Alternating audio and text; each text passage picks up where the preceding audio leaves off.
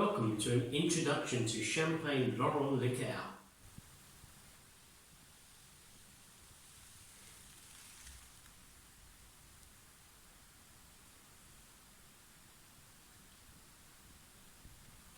When I first visited Laurent Lequart myself, I can always remember tasting a wonderful selection of vintages and all of their cuvées. And something said to me, this is a fantastic champagne to have for any foods that's got anything to do with foraging or hunting. It just stuck in my mind. So today we're going to try 4 cuvées from Laurent Lequart. And they're medal and trophy winning wines. And we've also got a little selection of foods there. So we've got different pâtés, we've got hams, cured hams, bread, we've got some cheese. So we've got a nice selection of foods there to pair with them. And we're going to start things off, I think, with, what should we go with here? Should we start with the silvers? We've got 2 silver medals here. We've got the Extra Brut Prestige and we've got the Blonde Meunier. I think what we should go off with here, and the bang starts with the Prestige Extra Brut. So who's got the Prestige Extra Brut? I've got the Prestige Extra Brut. There we go, that's a bit of luck. So they're 10 hectares of vineyard, and they're located in the heart of the Marne Valley, and their focus is on the Meunier grape themselves. And 80,000 bottles approximately a year they produce. That's a nice capsule. For people that collect capsules, I like the look of that capsule. So 4 generations of winemakers, and like it's kind of west of Epinay if you're going to take a drive down there and visit the winery themselves. So look at that. And it is a silver in the spring fling category? It is a silver in the spring thing, as you say, Oliver.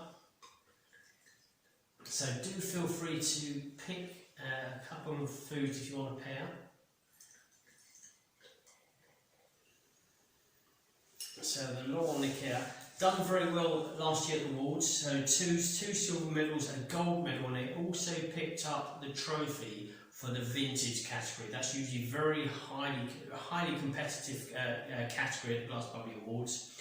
They took home the trophy for their 2010. We're going to leave the last to best. Yeah, for me. No, we're going to leave the best to last. That's a good start.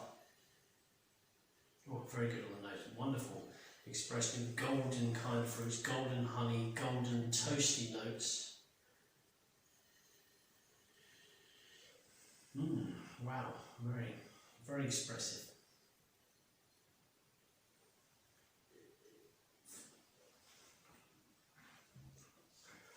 A different style.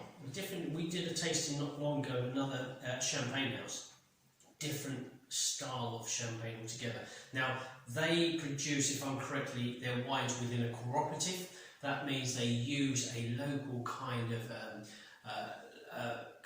production area.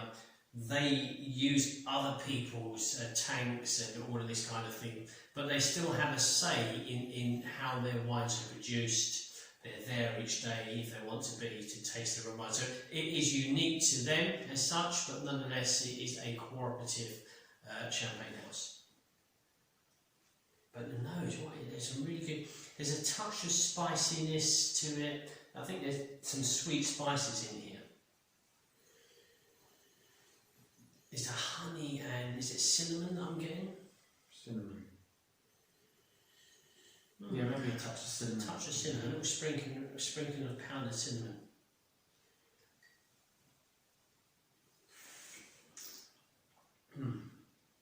There's a good acidity level, so kind of like a fatty kind of meat. So maybe like let's just try a little bit of salami here with this one.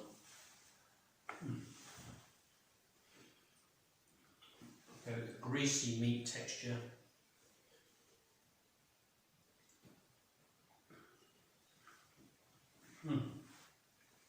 Champagne cuts through the meat. You get a very faint meat expression, but you get a fresh citrus. So your palate is cleansed. If you're eating the salami, quite greasy, quite fatty, you have a touch of the champagne with it, your palate is cleansed. Yeah, it's a good combination. Pairing. Good pairing. So rich kind of food, fatty food, really good with this one. I've also got a green expression of nuttiness on the nose as well.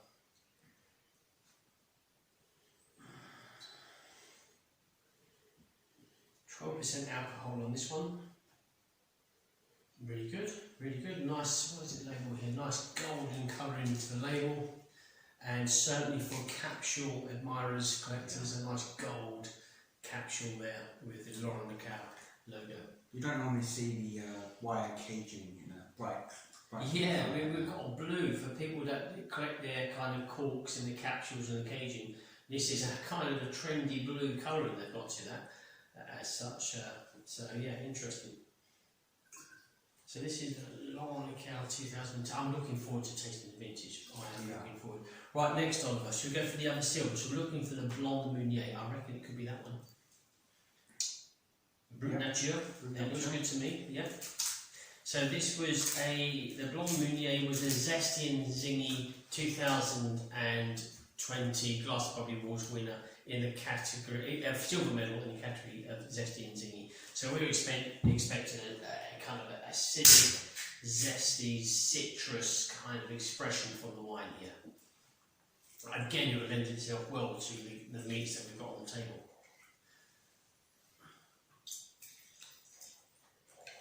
Very similar again, very similar on the nose. And more of a nutty expression on this one. Yeah. Soft citrus pastry as well. And what's this? Is this a Brut Nature? What is this one? This was a Brut Nature. So Brut Nature.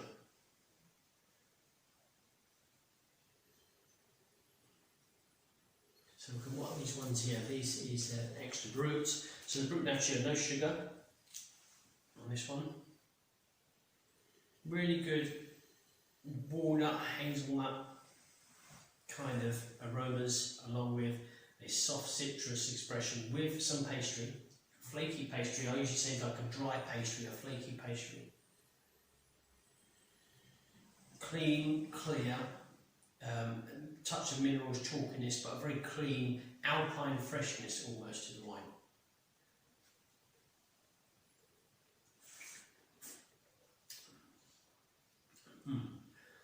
Was it zesty and zingy? Yeah, zesty, a kind of zestiness. Yeah.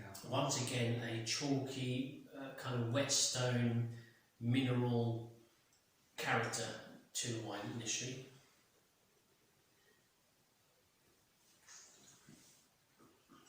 It will lend itself maybe even up to, if we try up the pate, well done on there, yeah, I just brought that one. The pate, we'll try a little bit of the pate with this one.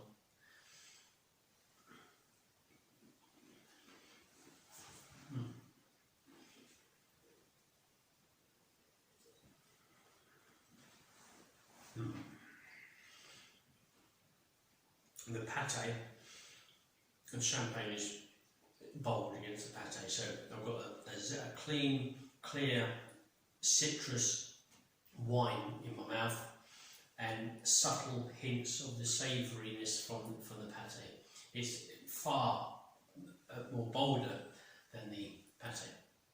Yeah, it's like a lightning bolt of citrus. Cutting through. Yeah, yeah. Certainly zesty and zingy is a really good category for this.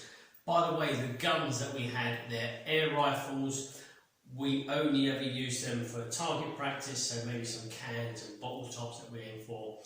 I don't think we'd be bold enough to shoot any kind of animals, even if they're rodents. I don't think we'd have the heart to do it, to be honest with you. We're built that way, but these are just air rifles, so you don't need a license for those, in case anybody's wondering. They don't fire real bullets.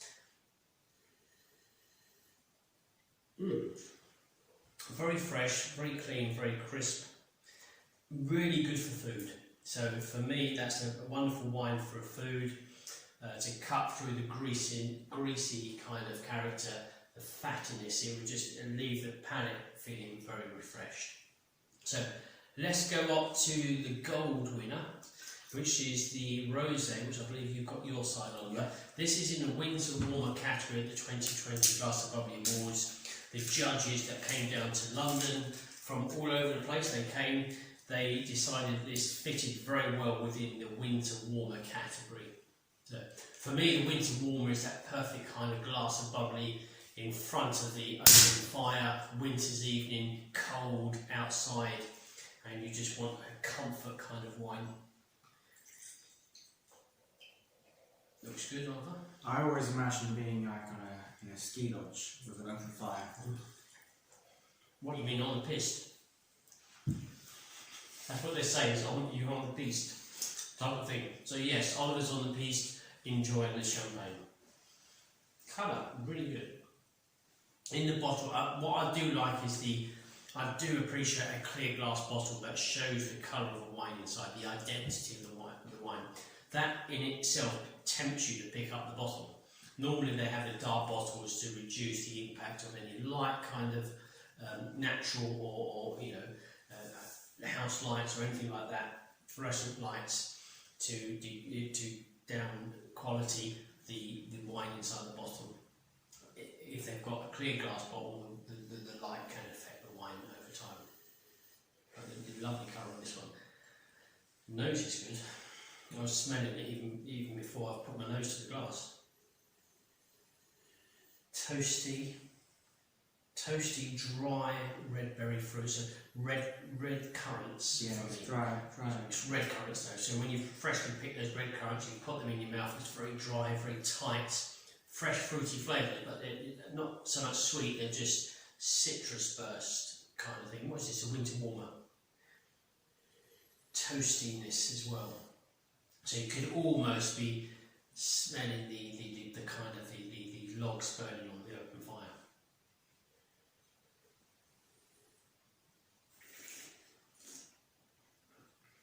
I like the thinking though of the kind of the ski holiday.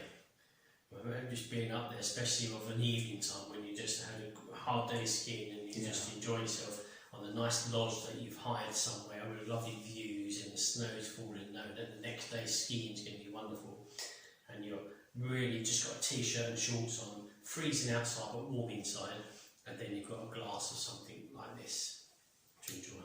Yeah, that's always what the winter warmer makes me think of. Well, you did ski a few years ago. Probably don't remember. When we used to live in France. Yes, we did go skiing when we used to live in France. So,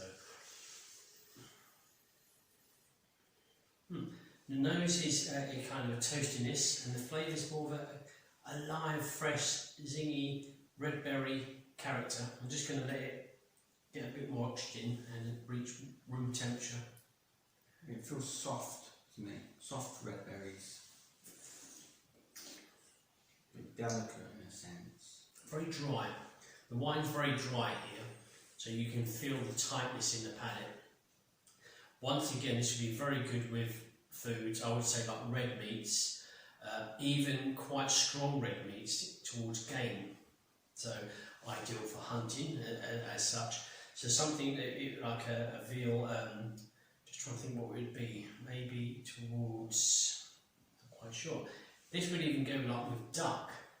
So something like a duck, I can just imagine frying some nice duck in this, so very strong in flavour, fairly fatty in food, quite dark meat. This would pair quite well with that.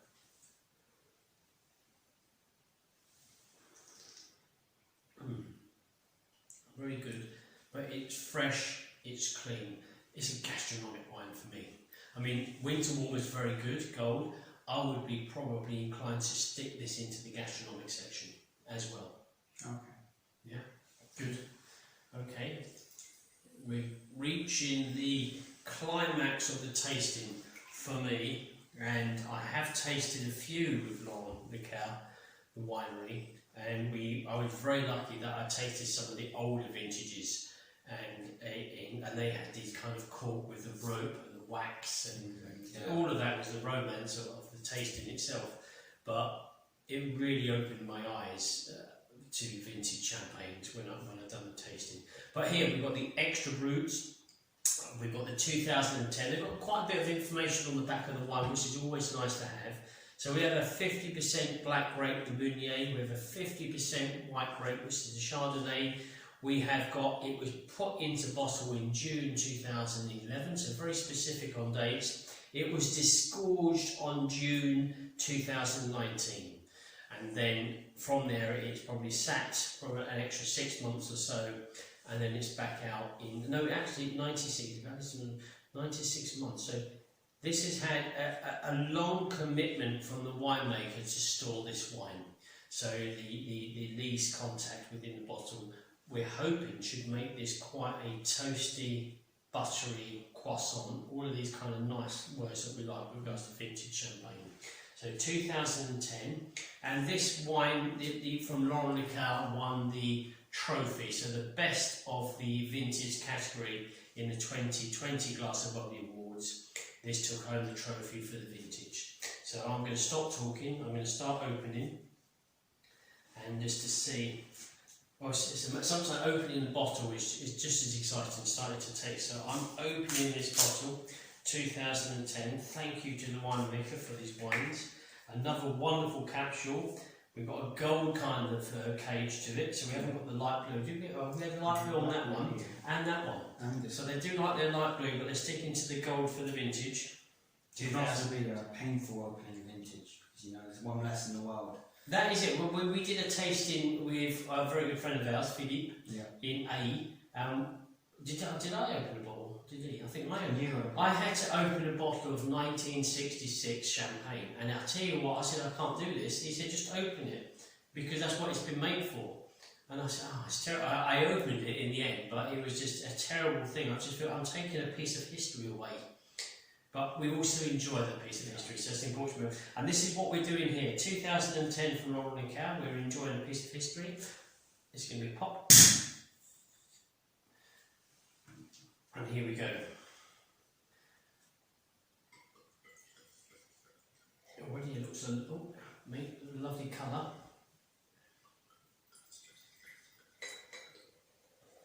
There we go.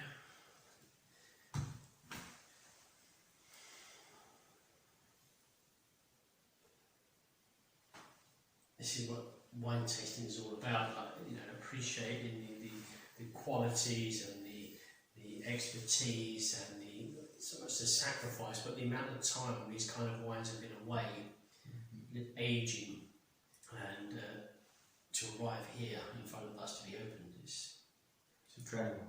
Oh, dear me. Wow. The colour's lovely. It's a warm golden colour to wine.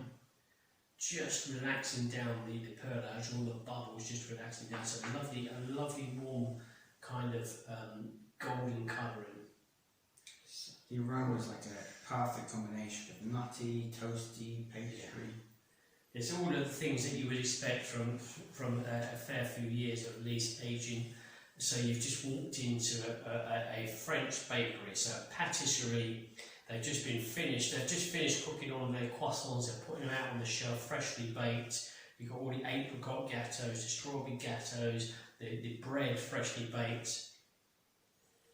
God, dear me, honey is being produced somewhere in this shop. It's the most engaging nose, really, really attractive. By the aroma alone, you can see why it won the trophy for the vintage. Yeah, this is something that is aged, so that tells you, hey, this is aged, and it's a kind of a 10 out of 10 almost on the nose. Yeah, I'm just hoping the flavour adds up. Because it doesn't always do it. Sometimes you can have an incredible nose that you think, oh, I'm going to be on the pastry kind of train, and you end up on the citrus train, and in other ones you may be on the fruity train, and you end up with a dry, chalky flavour. So let's just see how this fares with the tasting.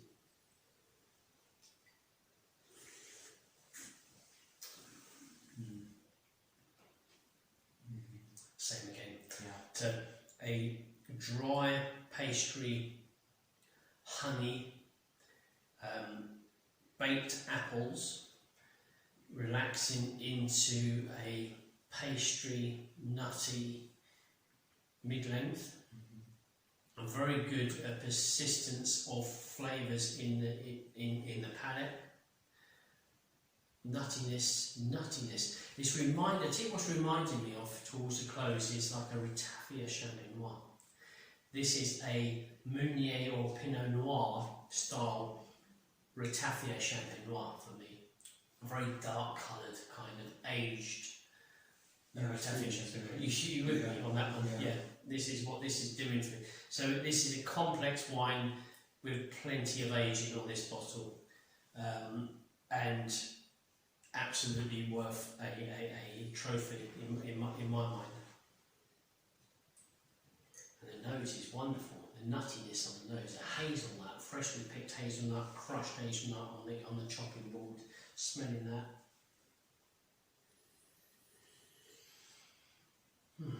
You're not disappointed with either the aroma or the flavour? No, I agree. So if you start off with tasting it and then smelt it, you'll be fine. And if you smelt it and then tasted it, you're fine, yeah.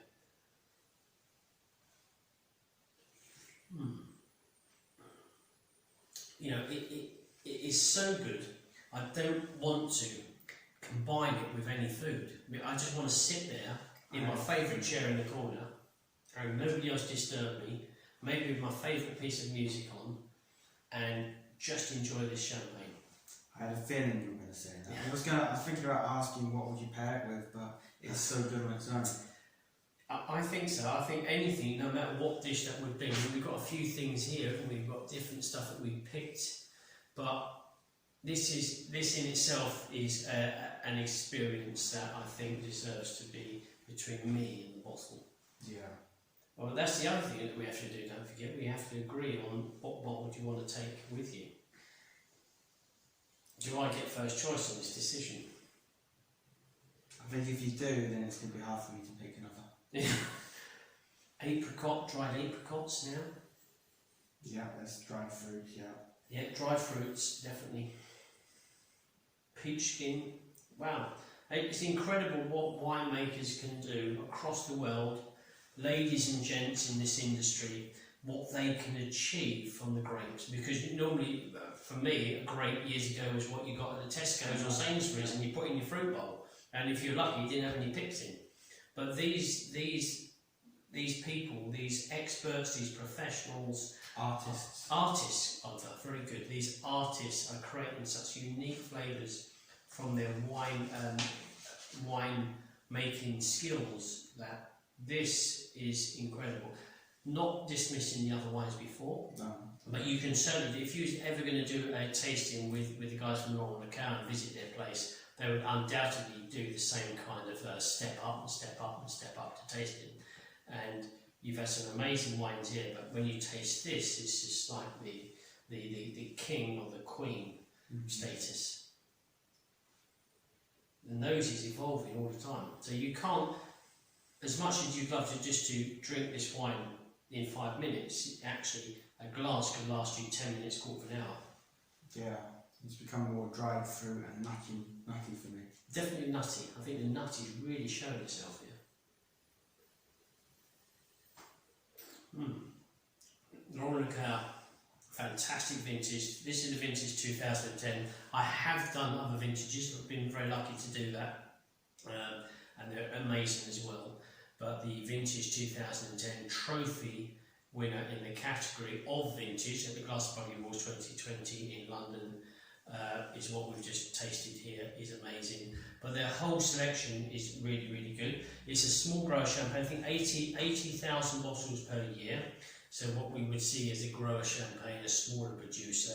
But sometimes these smaller, lesser known producers have far superior qualities in their bottles at the price point that you may pay. So it's well worth you discovering these wines and at least tasting once. But I'm really delighted with this. It doesn't disappoint. I was so excited to taste this. It's been chilling away, and I'm really happy with this 2010 from Laurent Lequart. So, likewise from Oliver, we've done a tasting here, and until next time, it is cheers. We go for a chin chin. Cheers.